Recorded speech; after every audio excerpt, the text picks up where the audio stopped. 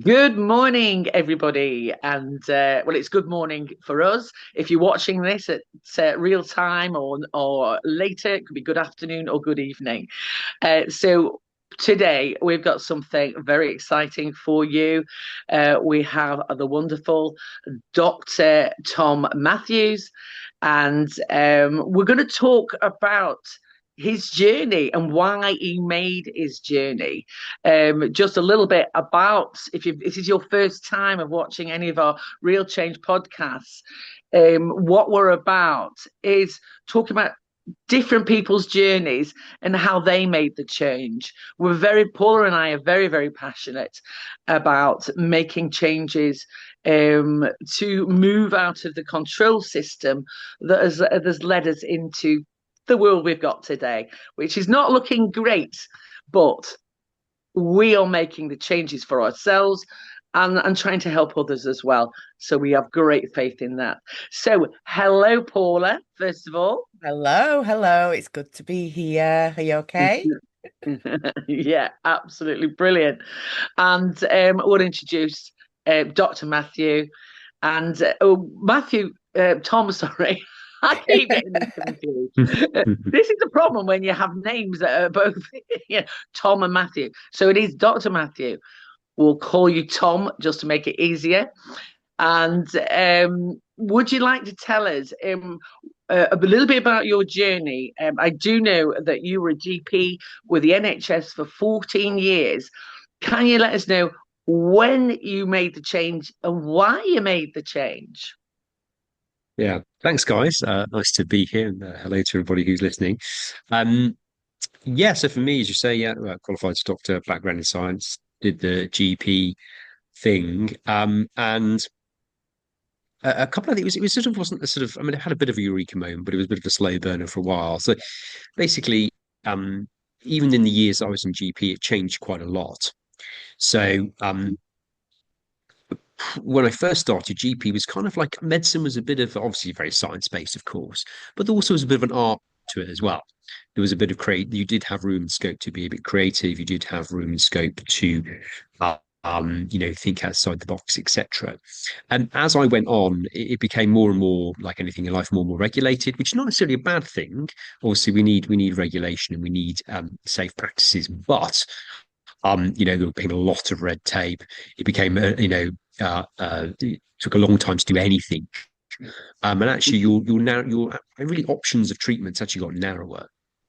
Um, and I was sort of getting a little bit disillusioned with it, really. And I was seeing a lot of people come in, and the stats back this up around 50% of consultations around sort of mental health and stress. And actually, even a lot of the physical presentations, as we'll come on to discuss, are actually to do with stress or the end product of chronic stress anyway. Um, and I just thought, surely there's got to be maybe a different way I can help people because this didn't seem to be really making much of an impact. It felt very much like firefighting every day and not really making a difference. It very much felt like surviving and not thriving. And then my bit of eureka moment was I went away on a course actually randomly picked just obscurely in Winchester because I have to do so many as a doctor you have to do so many courses per year type thing and it was to do with getting away from prescribing. Not that medication is bad, it has its time and place, absolutely, but it was maybe we've become a bit reliant on this other what else can we do to help people, and it was really about understanding, going back to science and first principles about how the brain works, how the body works, how they're connected, and actually how we have a lot of resources ourselves. We have systems available in our brain and our body already to alleviate a lot of the sort of ill health that we're having. Um, and actually, we just need to, first of all, know it's there. And then, second of all, need to know how to activate it. And when you realize that, it's actually quite empowering. You realize you have way more control than you think you do, which I think is really important. And so from that, I thought, well, actually, this is really exciting. And actually, what can I do? And so I tried to bring that into my GP work, but it didn't work. There's just not the time, there's not the resources, understandably. So yeah, I went away and did a bit of extra training and set up the business. Well, I thought, what can I do with extra training now? And so set up the business, and here we are. And again, like most people, and we've talked about it before we came on, Paula and I, about, um, our own journeys in terms of our own sort of maybe challenges around mental well-being, emotional well-being, mental health, that sort of stuff. And I've certainly had my own as well. And I think this is something that actually finally resonated with me, rather than being told, "Well, these are the options. This is what you can have." Okay, in a very well-meaning way, but these are the options. Sort of, kind of, this is what you choose. This is what you get on with. And this approach really sort of resonated with me and really tapped into actually it's kind of woke up a belief in me. It's actually, this is kind of what I believe. What have I been doing for the past however many years? Um, and really contributed. So again, when something becomes, a job or whatever, but then it becomes a passion because it really resonates with you. And last thing I'll say about it is that the original definition of the word work, go back to Greek, whatever, is to produce something of value from within. To produce something of value from within. And how many of us can say actually in our daily lives that we are going to work and producing something of value from within? Not a lot. A lot of it is meeting and making ends meet. A lot of it is we find ourselves in career paths that fine, and they have perks and stuff, and it's okay, but it's not really resonating with who we are. We're not actually producing something of value from within. Whereas actually, I think if you are, then you're, it becomes a passion, doesn't it? You can feel it; it's burning. You feel as though you're doing something that really resonates with you. So, and that's sort of where I am with the business, really. This is incredible. Thank you so much, Tom. Thank you. Because what really resonated with me there, I've been to my local GP, and there's lots of different GPs within the practice. But there's one that I always go to because he's very open-minded and he talks all the time about that link between our body and mental health and how certain things can come out. And I've had very frank discussions with him about stuff like that. My background, as a lot of listeners will already know, is from a mental health perspective, both working but also personally as well. And I found like for 20 years, I was quite heavily medicated for my mental health issues. And I got to the point where I was completely cut off from any emotion. I didn't feel anything. And I'd have discussions with this doctor and say to him, look, this is where I'm at. I want to come off the medication. I don't want to carry on down that route. And I did my own kind of research as well. And that's what led me on my path with holistic wellness. But my question is, how open are regular GPs to that link? Are they aware of it? Is it something that's talked about in training? Is it kind of, do you understand what I mean? Is it something that is Yeah, openly discussed, or is it just you've got to yeah, get a person through the door, you've got to get them to the end point? Is that, I mean, I do know how the pharmaceutical industry works as well, but yeah. how does that I, work? I, no, good question. I think obviously I trained quite a fair while ago now, Yeah, yeah, about 20 years ago. But certainly when I was doing training 20 years ago, no, it was sort of very it, very black and white in the sense. It was very science based and very clinical based, which is excellent. I mean, yeah, that's an important part of it, of course. yeah, But the other side of it was kind of ignored. And I think nowadays, obviously, particularly in things like sort of social media and stuff, other opinions and other things explode. And so certainly you can't ignore the fact that there is lots of drums sort of banging about other avenues and ways to do things and thinking about things. And and the great thing about it is that science backs this up, right? So when I get sort of it's still like science, so I still get a copy of the New Scientist every week. And you look at that and it's just amazing how much stuff that actually we thought maybe was what would be termed a bit wishy-washy and a bit la la la. Actually, now the science backs up. You can see that link, that beautiful link between the two. So it's definitely there. I think the problem, and I certainly think actually a lot of people, a lot more doctors would be open to it. But the problem is it's a resource issue, right? What resources do we have? We need time. We need money, we need education, and you just don't have it. You really just don't have it. Supply is massively outstripping, sorry, demand is massively sort of outstripping our ability to supply and resources. So therefore you are then very much left in that, as I say, a firefighting kind of mindset where it's been like, okay, we'll need to get you in and see you and da da da da. I mean, there was a whole report recently about a survey about doctors and sick notes. or fit notes, however you want to call them, med threes, med Yeah. fives, whatever. And actually, a lot of doctors saying, well, look, actually, to be honest with you, and it's true, and it's when I was there, it was true, and it's still true now. It's sometimes it is just easier when someone comes in and they want a sick note, it's just easier to give them one, and it's easier to continue one long term than to stop it and have a conversation and all that sort of stuff. It is, and you've only got so much time, and you've got lots of other things going on. So I can really understand and really empathise with the profession. It is very difficult, and so again, one of the great things about the work we do is if we can empower people, outside of not the NHS but outside the NHS, we can empower people and they can empower themselves and others. And all of a sudden, you have a bit more of a balance. You have people who can sort of make changes in their life and really thrive instead of just surviving. And actually, in a way, hopefully that will lessen the burden on the NHS. And there is that, of course, that streamlined clinical stuff, absolutely. But there's also a bit more given the system to think about alternative ways of helping people. I just, I'm listening to this and resonate, nodding my head and resonating with absolutely everything. I'm do one-to-ones. I'm a holistic therapist and a spiritual and holistic coach, and so I'm doing. I've got a client at the moment who has been on psychotic drugs for 10 years, and she kind of describes how she feels as completely numb. She feels completely numb. She felt like the day she went on the drug, not the day, but when she went on the drugs 10 years ago, which was obviously necessary because she was struggling. She was struggling then. She lost her life. That's basically how she describes it. And it's so, so sad. And obviously I would never tell anyone to come off the medication because that's not the right thing to do either.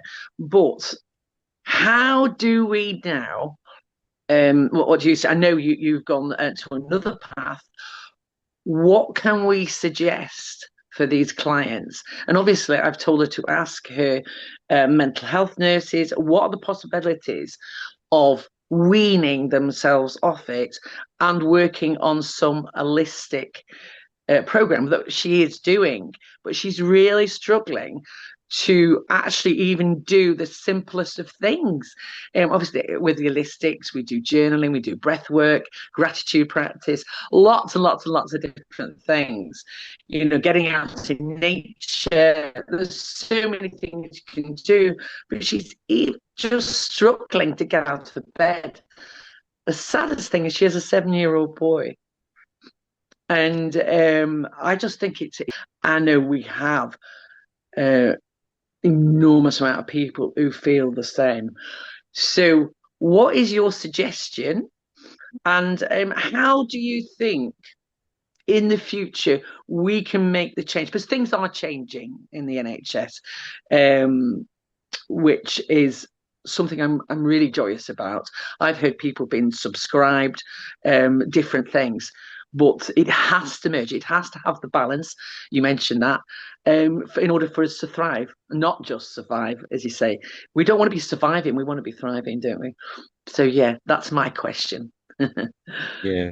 You hit the nail on the head there when you said that balance. So again, going back to scientific principles, our bodies operate in a best on a daily basis in a place called homeostasis, which is to do with balance. Your blood pressure's within a certain range, your sodium levels in a certain range, etc., etc. That's the whole point. And that's the same when body are linked. Your brain is just an organ like your liver, like your heart. It's just made up of cells. It's just an organ. It's exactly the same. They all communicate with each other. We know that. So it's about balance. And then we can extrapolate that from an internal system to an external system, life around us and how we're dealing with people, and et cetera, et cetera. And so I think you're right. Medication absolutely has a place. And indeed, when someone has or is psychotic or goes through a psychotic episode, often the first principle is to do no more harm and keep them safe. It's a safeguarding issue for themselves and other people. So sometimes, at the moment, you want to do the least restrictive measure, and sometimes that is medication. Sometimes that is sort of being sectioned or omitted, although that should always be a last resort. So it's about, okay, fine. Sometimes these things, as horrible as they are, are for the greater good or for the good of the person. Okay, but as you say, being down that path for months and years later, and actually having your life taken away from you, what's the what's the point? I mean, it might be keeping you safe and other people safe to an extent, but it's making you miserable and depressed, and it has an impact on your ability to just function in life. Well-being isn't just the absence of disease, as we know. Well-being is being able to have your needs met and thrive. It's otherwise you're not well. You're just not sort of it's maybe a danger, but that's not what we want. So I think it's being sort of open-minded about that. And I think it's about two things. It is about being assertive and being your own advocate, or having someone advocate for you and support you in that. And it's also about having a plan. So first of all, absolutely challenge. So, obviously in an appropriate, polite way, but you can challenge things assertively and say, look, I'm on this medication. I don't feel anything, or it's taking this away from me, that from me. I'm worried it's taking this and that away from me. I would like to sensibly, of course, think about, is there anything I can do to come off it, find alternative avenues to help? So I think, first of all, that's that. And then secondly, having a plan. So obviously, yes, you never just stop any medication, of course not. But you would think to, okay, is there a way we can, tailor it down?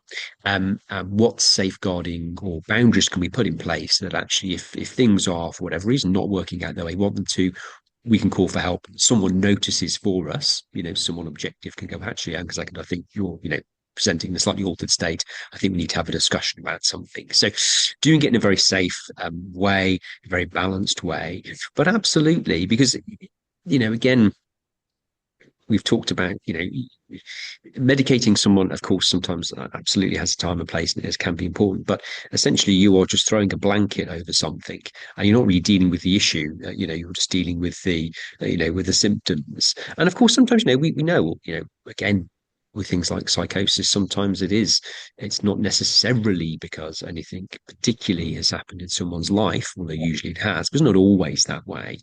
And there are some things we don't sort of understand about it.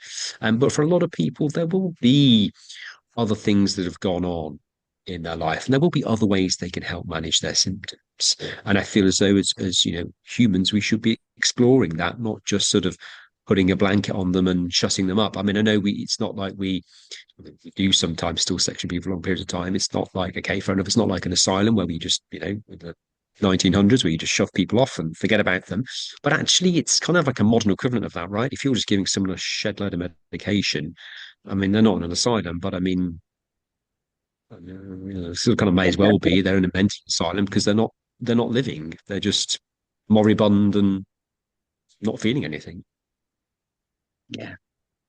Yeah, that you just hit it on the head, didn't you? And I know that there'll be many people watching this who maybe feel the same way.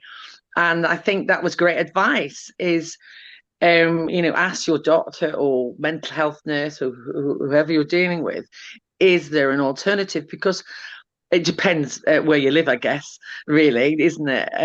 What they have to offer you. But I have heard recently that they are doing a few more holistic things.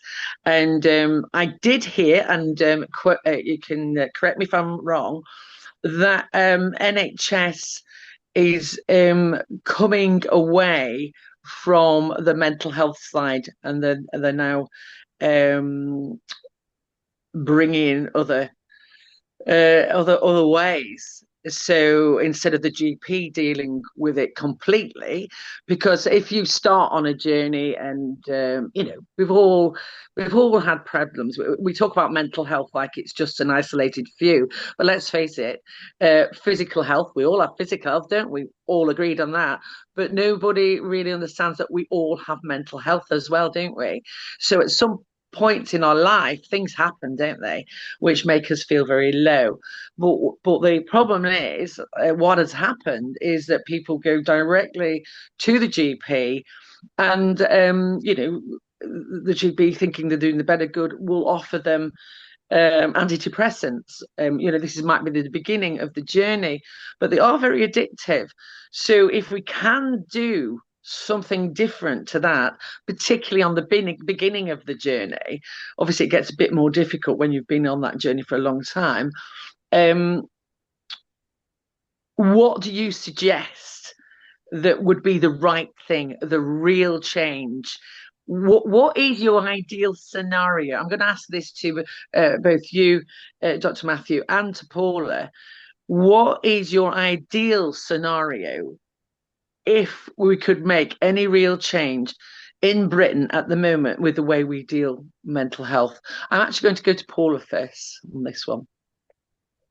Well, it's interesting because mental health, there's so many different sort of under the umbrella of mental health, there are hundreds of different categories.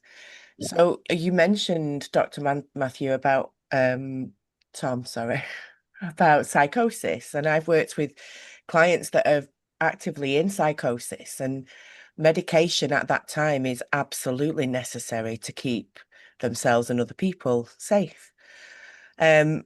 So I'm not completely against medication for mental health. I think what needs to happen is for there to be a crossover. I think sometimes I don't think there's a holistic view of mental health. And I don't think that when you go for, say, counseling, so I had depression, anxiety, PTSD, and I went for counseling for years.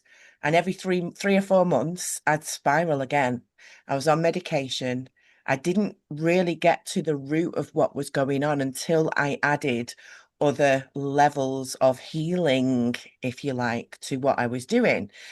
And there's a lot that we hide in our subconscious. And this is only in my experience. And I know that the other mental health issues are not going to kind of hit it in the same way. But there's a lot that we keep in our subconscious that we're not even aware of. And I think when you have a holistic picture of everything in terms of your mental health, how deeply that can affect you, childhood trauma and beyond, I don't think that general counselling works for everybody. I think sometimes it needs to be a bit deeper. And I think if there's people that are repeatedly going for counselling, which was me, I mean, I've been for hundreds of hours of counselling. And although at the time when I was in crisis myself, it really, really helped. I mean, there's a psychiatric nurse that I received some counselling from, and she saved my life. And that happened on multiple occasions, and I wouldn't be here if it wasn't for her. But I think when you're repeatedly going back, and I talked earlier with you, Tom, before we came on live, if we're not picking up on the patterns as to why that keeps repeating, then we're never going to get to the end of it. And then we've lived our life going back again and again over the same stuff that's causing us pain.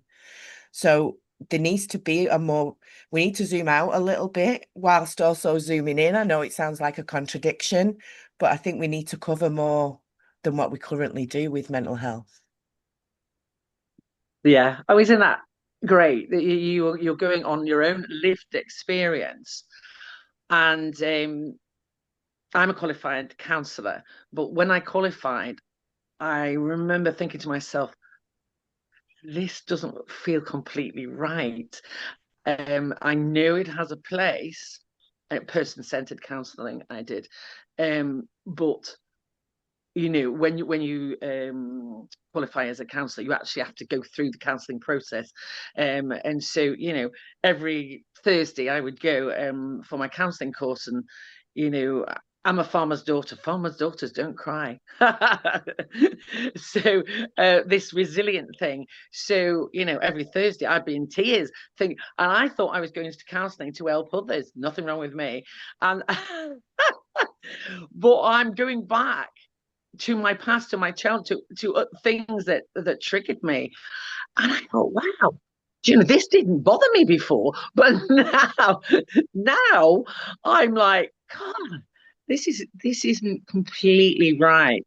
So hence I didn't actually go into counselling. However, I transferred into the holistic way of being.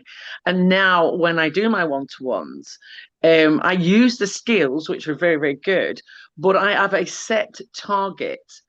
And actually I do a 6-week program where I go through a process, and then I give them a tool bag, not a physical one, where they can go off and work on those.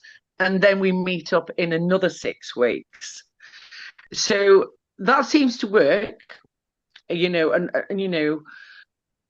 100% it doesn't work because everyone's an individual and everyone's on a different journey. And that's the key, isn't it? Everybody's on a different journey. So that was really interesting what you said, Paula. So yeah, Tom, tell us what you think, what in your ideal scenario, and I know you're already working in this, which we're going to come to in a minute, about what you actually do. We're going to get there, don't worry. But in the ideal scenario, how do we make the change? Yeah, I mean, I generally, believer in education and a big believer in learning from first principles. So for me, if someone understands what's going on, they have a better chance of making that change and believing in that change and understanding why it works and therefore adopting it. So I really think in simple terms, education. Now, how you deliver that, of course, is different, is difficult. Obviously, they do have PHE, I think let's call that personal health educational care type thing in schools, which I think is a good thing. But sort of the younger you can start, the younger age you can start from doing those sorts of things and introducing those principles, I think is really important. I then think if you're bringing anybody into the healthcare profession, I think, again, education around this, yes, of course, the clinical physiological stuff, absolutely, and pathology and all that sort of stuff, but also understanding about, more about maybe brain, as it were, and the link between the body and so they can pass, people in medical settings or healthcare settings can pass on that knowledge as well. So for me, it's really about education. And as you say, as Paul said, and as you said, Jackie, counselling is very helpful, and it's always good. And one of the toolkits is indeed to talk. One of the tools is to talk to people. Absolutely. So it's very therapeutic in that sense.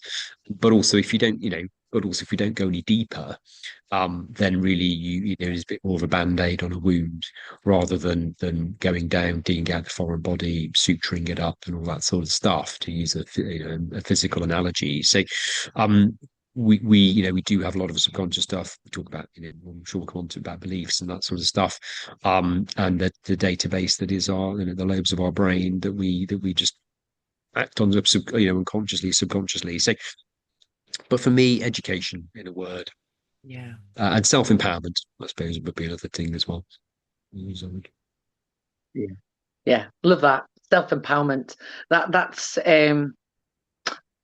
what I feel has been taken away over the years, that people don't feel like they have the empowerment to make those decisions because we've all been educated to think, okay, I have a problem, I immediately go to the GP, which is not a bad thing, but often we're led down a path before we even have had time to think about it. I personally believe there should be something in between that. You go somewhere, like obviously one of us three first, and make those. I'm not doing a selling thing here, guys, but it does make sense, doesn't it, that we go down a natural route first of all, because I think when you get into any kind of mental health, even if it's beginning stages, you are feeling a bit lifeless and you don't feel like you want to get out of bed. And so actually your mind, the fog, is you can't almost make those decisions for yourself. You need that guidance to say, okay, you can go here. And some of the great things that are happening at the moment in our area. I haven't asked you where you live yet, but I will in a moment. But Paul and I live in the northwest, and we're a member of lots of our friends who are practitioners are setting up amazing groups. Growing food, for example. Simple. That's simple, isn't it? And we don't think of it really initially as something we can do for mental health, but when it's broken down, when you're actually in that greenhouse and you're planting seeds, and you've got someone explaining it about the growth and what we need to water it, and put all this goodness in. So that is a great way. So we're then actually going into nutrition, which we know affects our brain. Being in the outdoors is just so great for endorphins. So there are so many things that people are doing, and I'm quite excited by that. And actually, in the last 12 months, the change has been phenomenal, and things are opening up for people that haven't been there before. So first of all, Tom, where are you from? I currently live in Oxfordshire, a little bit Oh, further south than you guys. oh, yeah. Well, I didn't think you were from the north with, with your beautiful accent, but lovely. I don't know if things differ down there. Well, obviously, we live in the same country, Mm. but we have different environmental problems, don't we? In the northwest and Oxfordshire, kind of the same, but a little bit different. What is happening in Oxfordshire right now that is making a real change? Yeah, I mean, it's sort of similar sort of thing actually in a way. There are more sort of groups set up these days, I think, trying to come up with new initiatives, trying to get a sense of community, I think, as well. That's a big drive for that. Sort of, you're not alone. There is a sense of community. There's a sense of helping each other. There's alternative ways of learning. And so I think a similar sort of vibe. And indeed, GP surgeries are diversifying a little bit more. So, you will have sort of access to slightly different things. Social prescribing, of course, as well, for for physical health and mental health issues, which are often not the same thing, but obviously heavily interlinked. So there is, I think, a more awareness of thinking outside the box now and diversifying, and really that trying to drive that sense of community, that sense of helping each other. There is the saying, isn't there? It takes a village to raise a child, and I think um, actually, there is that we've sort of certainly lost that sense of community over the past sort of few decades, and actually, it takes a community to help raise each other, sort of to sort of keep each other well, and to keep each other thriving, and so I think, yeah, there's a big push for that. I love that. And I'm just going to drop this in here. Because last night, I was on online meeting. It's called Connect the Dots, and this is nationwide. It's the People Health Alliance. I don't know, Tom, if you've heard of it before, but it is nationwide. It started 4 years ago, and the Connect the Dots side of it is about community, and I'm one of the leads in that group. And we had 90 people registered to come online, which was so exciting. We only put it out there. 90 people registered. We were like, wow. And this is nationwide. And we had people coming from all over the UK and with the different projects that they're doing. And that's all about community. And we all agreed that this is key. Community is key, and community is everywhere, isn't it? It's not just the place you live, it's actually a community within where you work. It could be, a religious, community.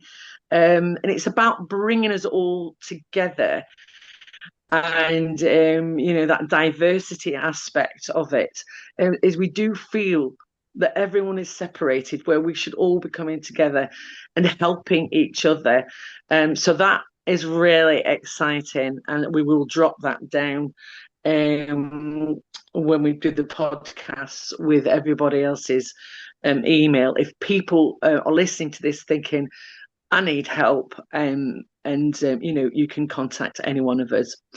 And so, Tom, really, we want to know, what are you doing? What are you doing? You've come out the NHS as a GP. What do you do now, and what do you offer? Yeah. So yeah, I mean, started the business. And it has sort of kind of three main angles to it, really. So one would be one-to-one client work with people who are facing whatever challenges they are, physical, emotional, mental. I say they're often all linked anyway.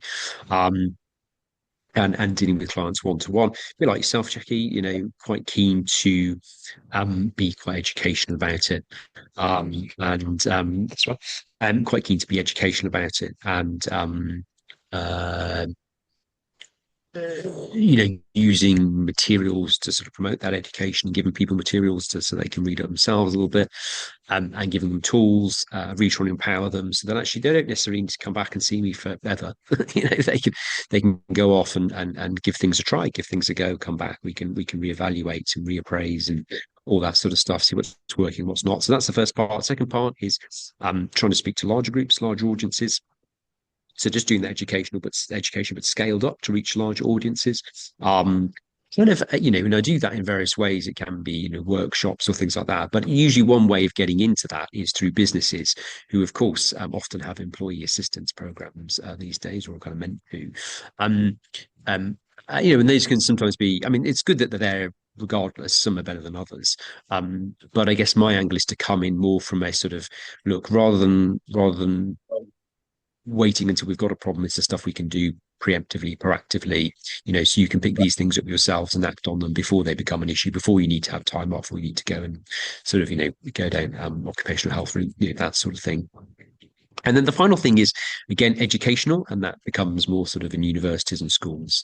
So trying to reach a sort of younger audience, I suppose, and trying to students, that sort of stuff, or teachers who are teaching these students as well, and try and reach a younger audience to make a bit of an impact, in that generation.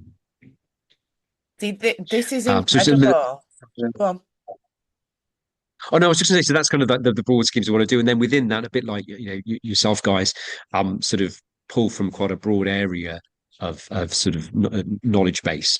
So I use, to do that, I will use sort of my medical background and sort of science and that sort of stuff, and physiology, neuroanatomy, but I'll also use psychology, NLP, EMDR for trauma, even sort of some principles around CBT, or dialectical behavioral therapy as well for more emotional charged issues. So so pull from a broad pool and try a few things out and see what works. See, for me, that's like the perfect, if the NHS needs to adopt your approach. I have a business coach. You've done it, you've nailed it now. I know. I have a business coach, and she talks about in business that there is a trust recession. Because there's AI and there's all sorts of automated tools and all sorts of things from a business perspective.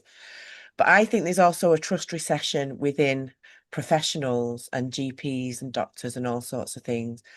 And I think what you're doing, because you've been in that environment that some people may no longer trust, you've got that knowledge, but you're also applying it to other principles, which is what I was talking about before. It needs to be the whole picture. And I think that's incredible. And there's so many more people that would be open to the way that you're doing things. I think that's where the balance tips in favor of the things that you're doing, Tom. I think it's amazing. We need more like you.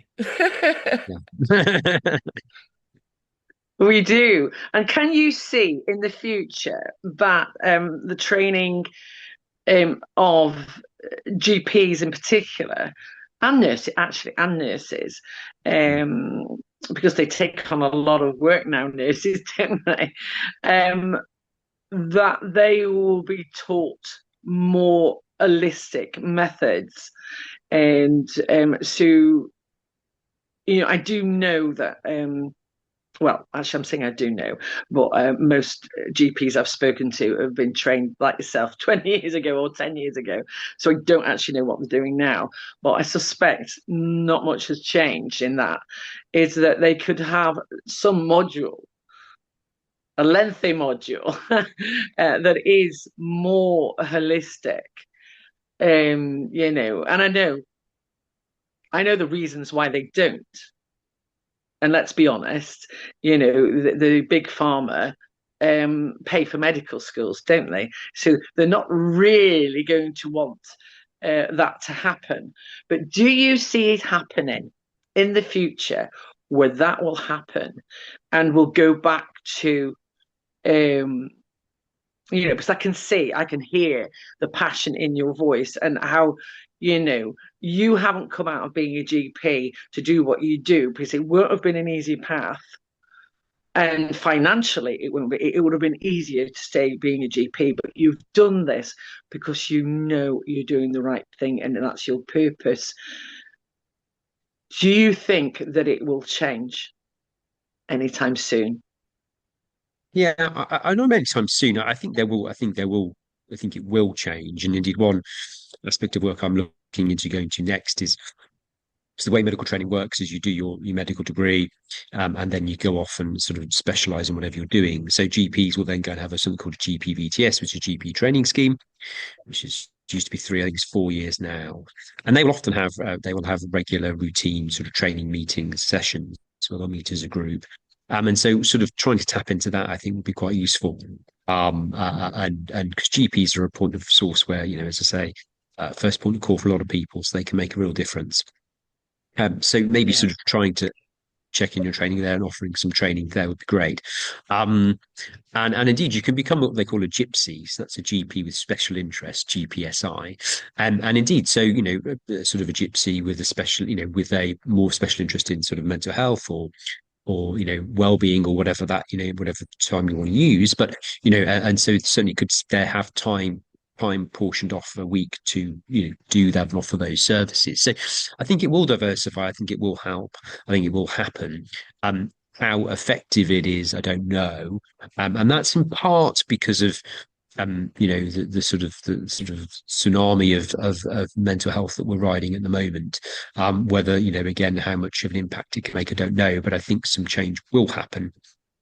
It's just how much and how much it will allow to make a difference. And there's lots of boxes to be ticked as well, because whenever things are implemented, there's got to be a review to see whether it's done X, Y, Z. And if there's no evidence to suggest it has done X, Y, Z, then it's something that they'll park, isn't it? So there's a lot to... It is, and of course, like anything now and again, I'm not certainly not anti-regulation. No, But you try to introduce something, it's heavily regulated. very You've got to strict. have, Yeah. got to meet stringent criteria and And all that rightly sort of stuff. so, because these are Yeah. people, so rightly so. So it's But not, it can be a bit frustrating, I can imagine. well, it can be, and it's not easy. And again, I think it's balance. It's sort of it's gone, in my opinion, a lot of stuff has gone too far. And actually there is a better balance to be had where that still exists, but actually maybe there's a little bit more freedom and leeway in that. It's not so heavily stringent and so heavily regulated, because the problem is you just regulate the life out of something, and it's Yeah. like you can't do it, you just can't do it on a scale that needs to be done. Yeah. I too suppose really the next question has got to be, well, actually, what I wanted to ask you, do you have children, Tom? I have one, yes. You have one, okay. Because I noted that you were very passionate about teaching the young, which I love, because I think that's exactly where it has to start. Paula has 4 children, and I have one. Well, he's not a child anymore; he's 22. But but I think if you can instill, this kind of holistic thought process and the resilience. I think resilience is really, really important, and that's something I've been brought up with. But also, I do know that I've been fortunate to be brought up on a farm.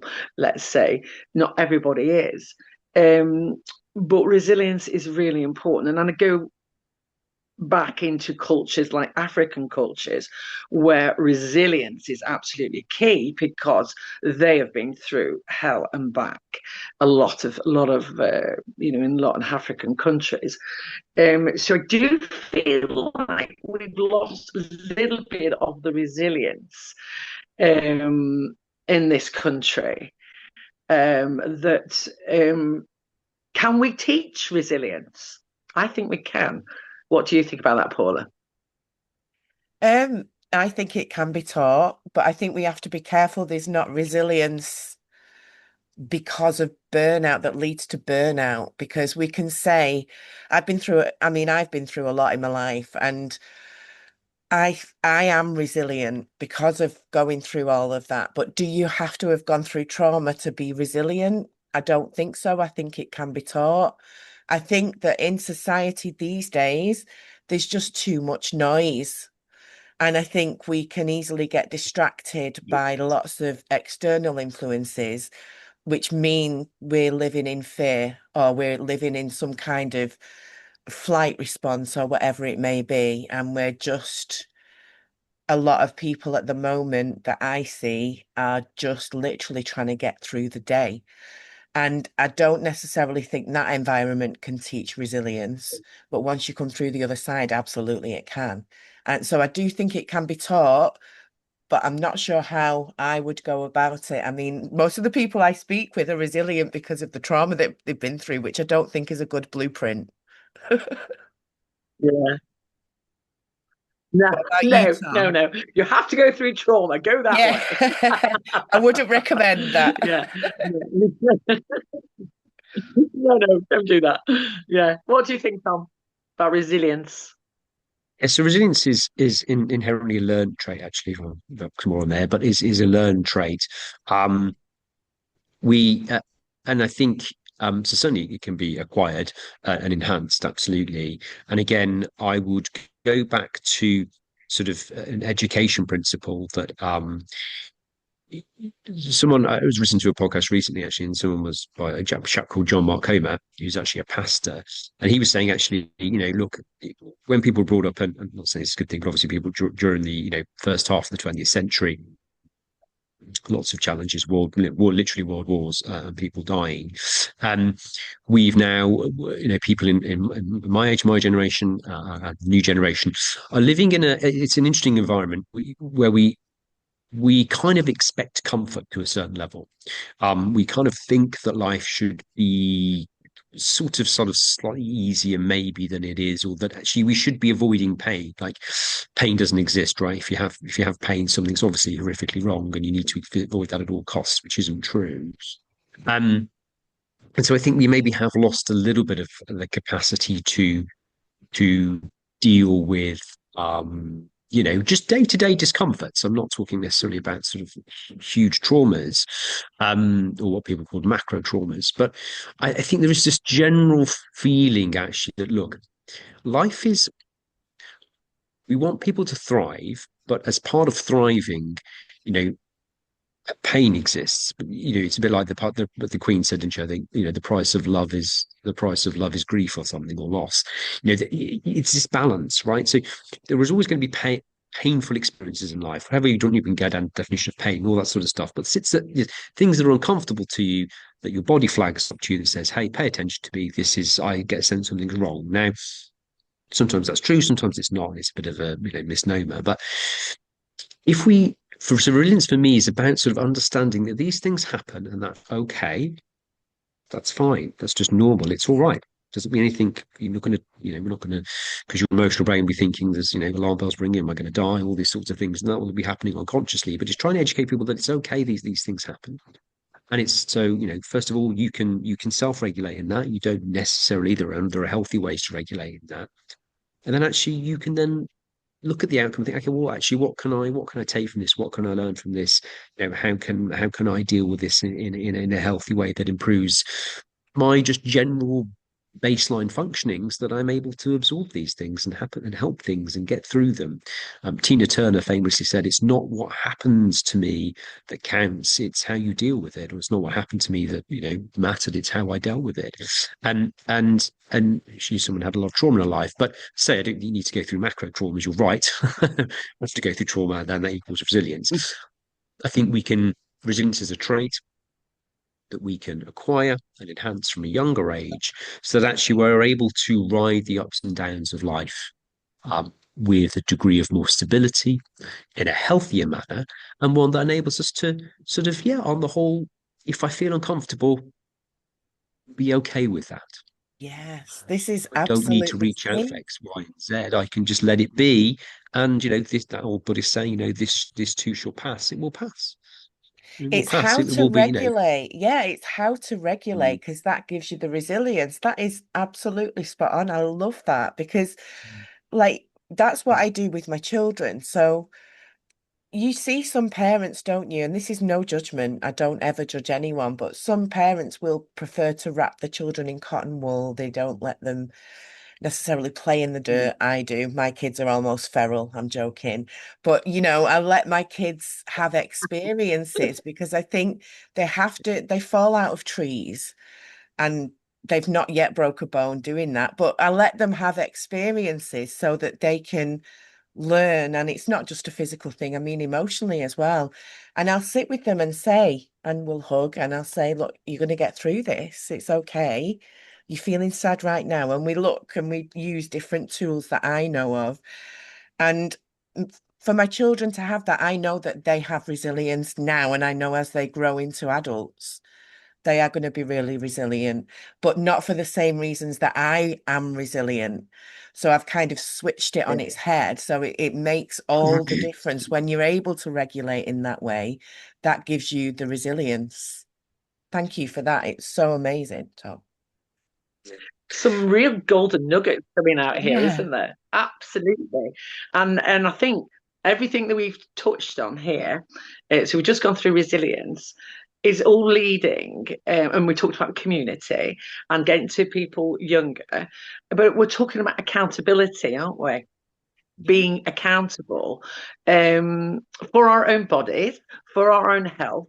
And this is something that I'm passionate about, is that we all have to be accountable and, not blaming society or blaming other people, because a lot of our health problems are nutrition.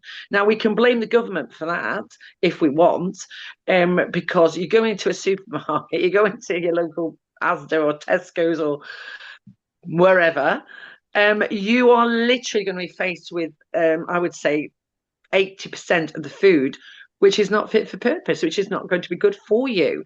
And they're very tempting and they're very, very tasty.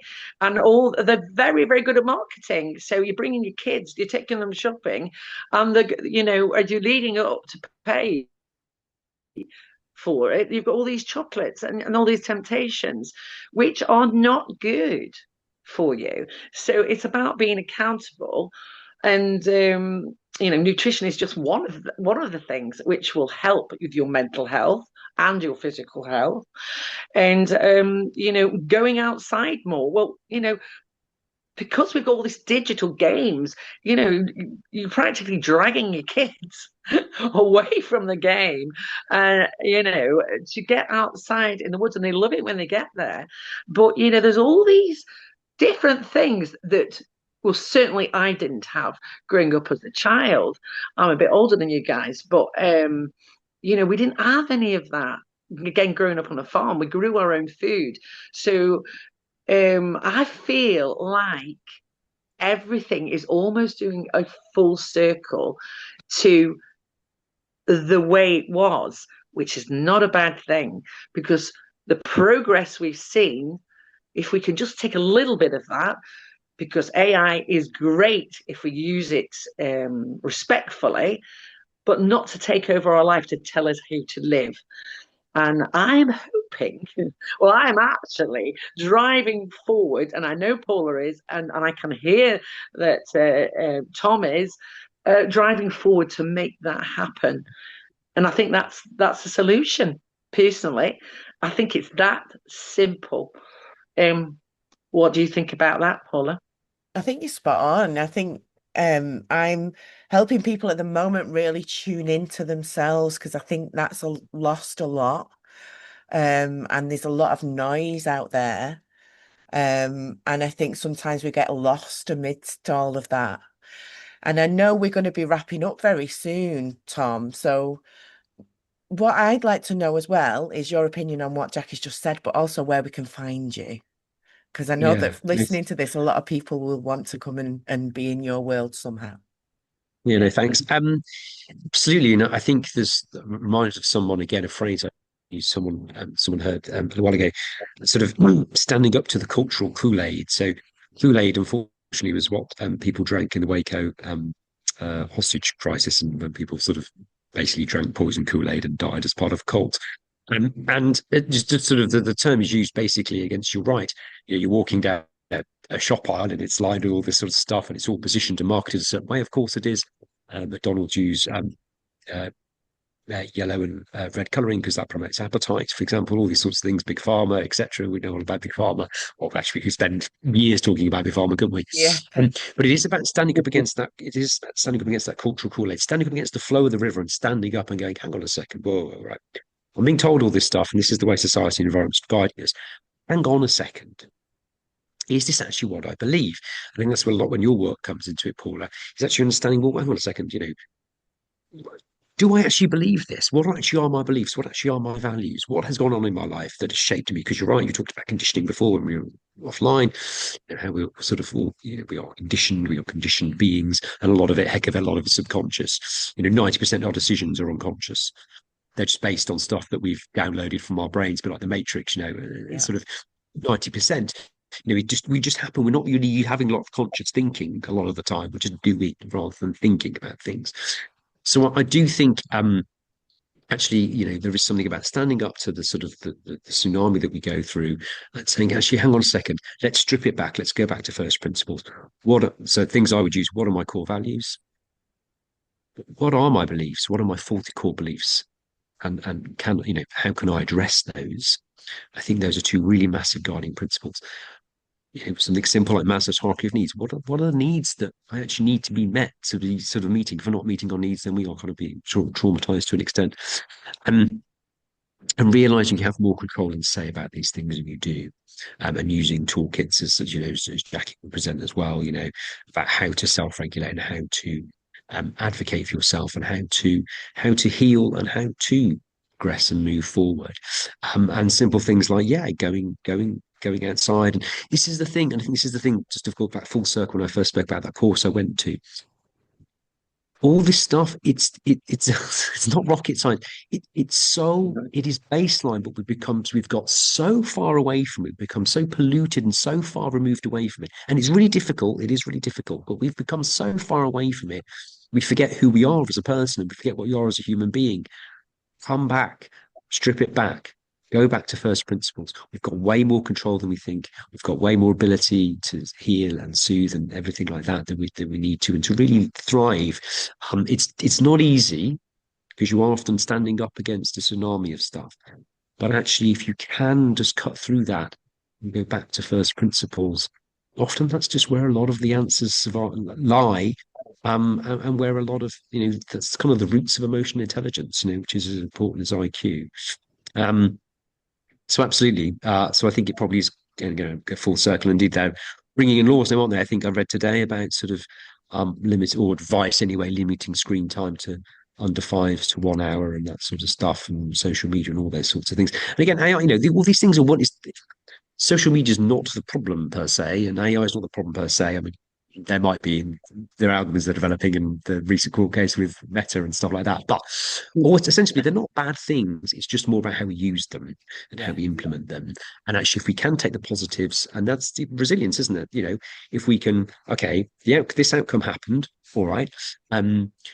First of all, can I regulate through it and just, you know, we'll pass and all that sort of stuff. And what can I take from it so that doesn't mean I just return back to my normal level, but actually I go up a level, you know, I don't just get knocked down, I get knocked down, I get back up and I win. You know, it's sort of that mentality. Indeed, I have a saying called be more bamboo. So bamboo is meant to be one of the most flexible, resilient materials and known to man. And so I feel as I should have a slogan. I feel as I should make some mugs one day with that slogan on be more bamboo. Definitely. You've just made it. You need to trademark that. And that is how we will introduce you.